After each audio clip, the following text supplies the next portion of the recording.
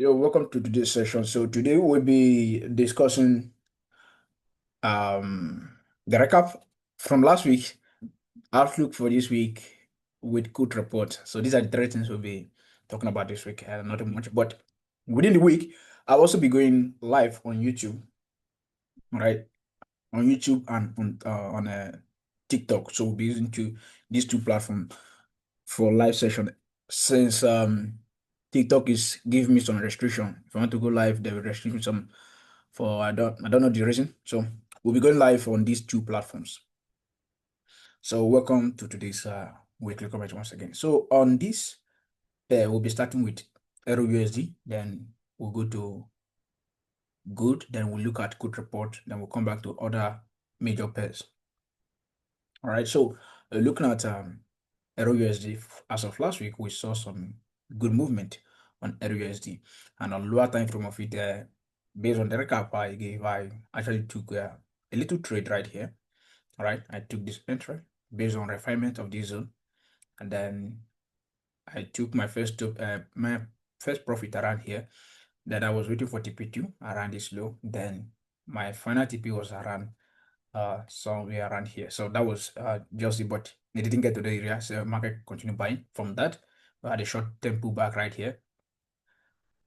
Some of my students caught this trade right here, but I didn't actually catch this sell or the buy because last week I didn't trade that much. I was kind of like busy with some other things, so I didn't trade that much. But this week I'll be fully active and ready to go.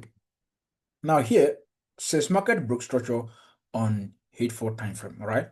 We have a H4 break of structure right here. Then we have a higher high, a higher low. So the one thing that you have to understand here is this market did not engulf this high. Okay, so that means this low you can see is a strong low. So that means market can induce it before a buy program. But that aside, for the week, we're expecting market to what trade within this range and give us what a bullish continuation since GPBSD has been buying for since last week now. So we're expecting a continuation to the upside to make a new higher high. And when you look at it right here, we have unmitigated zone right here. So this is a current structure range right here. And here, unsupported low, right? So market came, induce it, and ready to what to push higher to make a higher high. So in terms of my view, since we have this break of structure upside right here, this low right here is minor structure, right? It's a minor structure. Then here, this zone right here is my major point of interest plus this vacuum block right here. Okay, so this would be my major point of interest right there for the week, and this low being inducement low. But aside this being inducement low, we're having higher high, higher low, right? Like it's higher high, higher low, higher high, higher low, right? From this low to the upside. This is minor internal structure, why this is a major one. This one grab liquidity. This one did not grab any liquidity at all, right? You pay attention to these tiny details in terms of your model. So this grab liquidity, this did not grab any liquidity, even if both of them are internal structures. So this is clearly a liquidity that market can what absorb. Now the next thing that we expect of price is this. We can see price forming this and continue to the upside, or we see lower prices before a higher high to the upside. So this is my view for the week on Euro USD. Though I will be updating you guys in the channel in terms of lower time frame entry, like 1 hour, 15 minutes, and so on. So we look at gold and what gold is doing currently. So gold after market has broken this structure high, though I actually took entry around here, but I closed my entry around after market went above this high. So I closed my entry. I was waiting for another entry if market will come back, but it didn't do that. So now we have gotten what? A new higher high. So this is current structure range low. So based on structure, we are expecting market to get to this high. Since market has been buying, the next thing I expect of market is what? To use this as current structural range.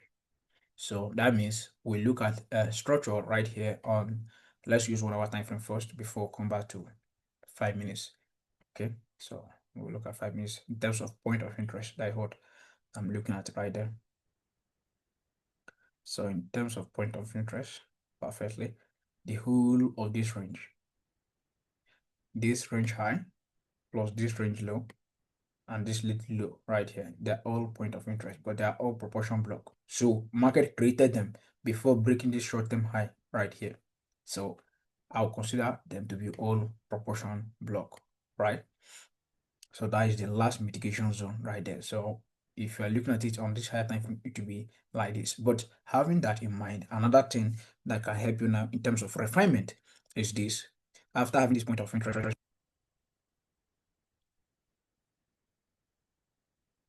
so after having this low and this low right here, this low. So the next thing is of what we'll have what a mitigation right here, the last mitigated zone, which is this. So this is our last mitigated zone. Since this is our last mitigated zone, so we expect of price to buy from this area, right? We expect of price to buy from this area. Since we're expecting price to buy from this area, that's our refining point of what interest. So let's look at the code report we have for this week. So now, without much delay, let's go. We have Australian dollar. On Australian dollar, before we go to the technical side of it, we understand that as of last week, they closed some profit on the buy side, then added some sell position. But understand, they close some profit, right? They close some profit. So when you look at it deeply, if you understand this code report that much, you understand that this is what a close of what some profit. So that means they are still holding some buy position on this trade. So right here we have 48, 49, 59, right? 59. So that means there's what a huge gap right here. There's a huge graph right here. So that means this coming week we expect what a little weaker AUD, but it's not super weak, all right? It's not super weak, but it will be what weaker compared to strong currency. So that's one thing, that's one factor you have to what understand. Then on Canadian dollar, we went from what 82 to what 103 minus 103. That means Canadian dollar, because they added what more sell position within these last 3 weeks. That means Canadian dollar now is what super strong. So if Canadian dollar is super strong, that means we'll be trending more to the downside. So we have some pullback to the upside, then we continue trending to the downside on Canadian dollar. That this has given us what idea of what a bearish continuation. Right. So when you look at this based on the average, though based on the average in the last 3 weeks, in the last 3 months, we are in May now. That is in March. So when you look at it, it will be around what 130. And if you add all this and sum it up, maybe with a Google sheet and all to look for the average in the last 3 months, you will still understand that this right here, okay, this right here is almost at the exact average number. It's almost at the average number right here. Okay, so if it is almost at the average number, um,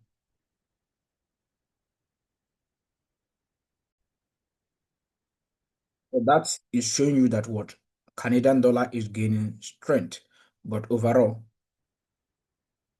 it is still not the strongest based on the code report we have as of last week, but it's gaining strength. So we look at another pair from card. We look at Swiss francs. On Swiss francs, you can see right here, they added and they also added right here. So we are still within this 23, 23. So this simply means Swiss francs is not that strong, neither is it super weak at the same time. So, but overall, it's leaning more on the weaker side of the market, right? It's leaning more on the weaker side of the market. That's what it means. Then we have an arrow. On arrow, we can see clearly see here. We went from minus 70 plus 75 to 84 to 84. To 84 to 74. So right here is showing that what arrow is strong, but not super strong, but it's not weak. All right. So it's on the side of the strong. That means arrow is stronger than, let's say, for example, chef, right? Arrow is stronger than chef. All right. That is one thing you have to understand right there. So then we have British pounds, which you can see here from 29, 27, 23. So this is showing you that what British pounds is losing strength, but it is not what on the weaker side of the market based on the last three months. All right, it's not on the weaker side. So that means British pound is also strong, but it's not super strong. Then here we have gold. You can see from 161 to 163. And I discussed this in our last weekly commentary that gold is what now gaining strength based on the last 2 weeks, 3 weeks report that we had before this current one. I shared this and I explained the reason why we'll be expecting what a gold buy move, and that is currently what we're having. So gold is now gaining strength and is showing to the buy side. So that means we look to buy gold the more this week, except other fundamental factor affect the market.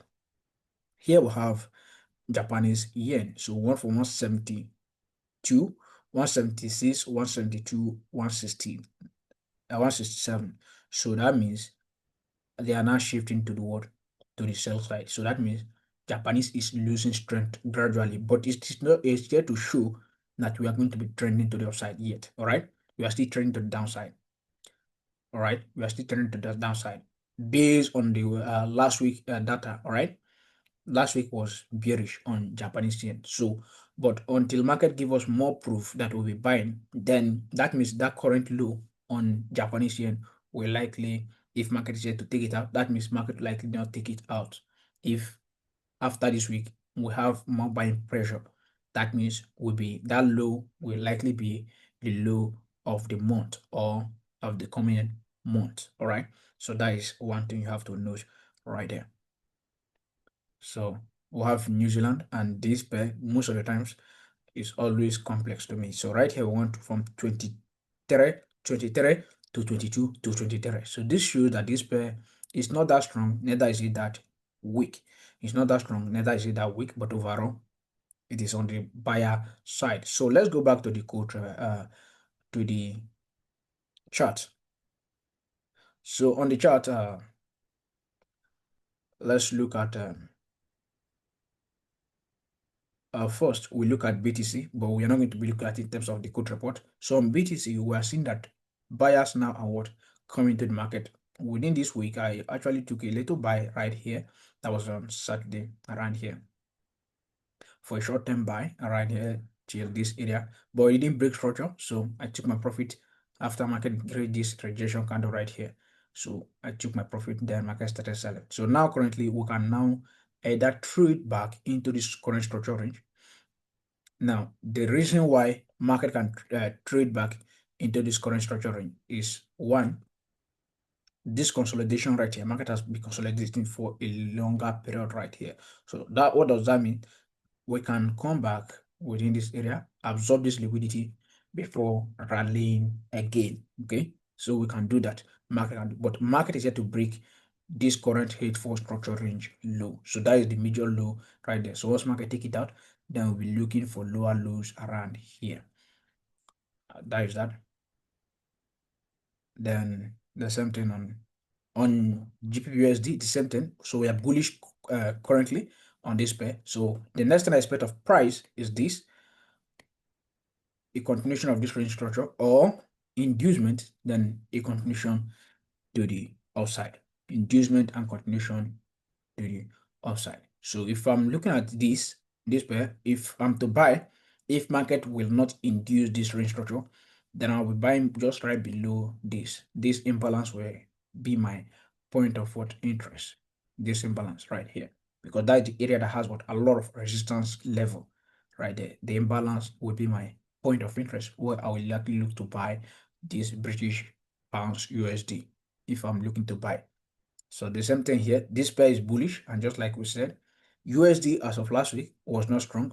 As of this week that we're entering now, bond market is yet to open. But if it opens and see that maybe USD is also weak, that means we make a higher high, and there is every chance that market will make a higher high on this particular pair, because here we are trending to the upside right here. So we're expecting market to read this high and read this high. So that means that pair is fully bullish. The same thing on this pair. This pair is also bullish to the upside.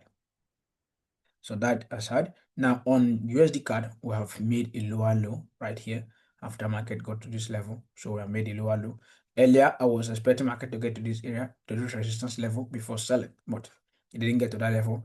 It is selling currently. So we have made a new lower low. On a USD chef right here, I gave a signal around here for us to sell, but market did not activate the order and continue dropping to the downside. So that was a clear continuation to the downside right there.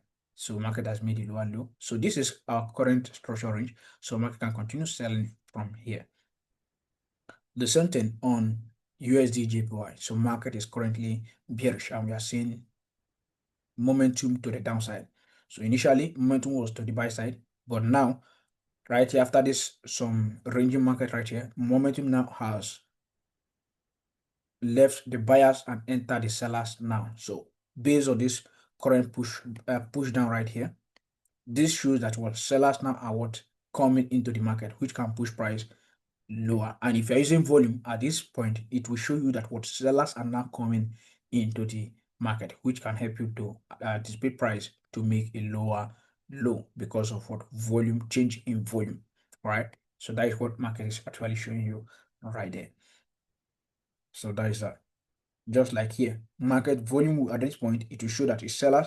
Around here, it will also show that it's buyers. Buyers now has entered the market, which can help you now to anticipate this up movement right here to the upside. So right here, we have gotten volume supporting the sellers. So if the buy move that market will offer as a pullback, volume did not support them, then on lower time frame, you see a short-term pullback or a break of structure to the downside, then that means volume will likely what support the sellers at that point. So that is all for today's weekly commentary.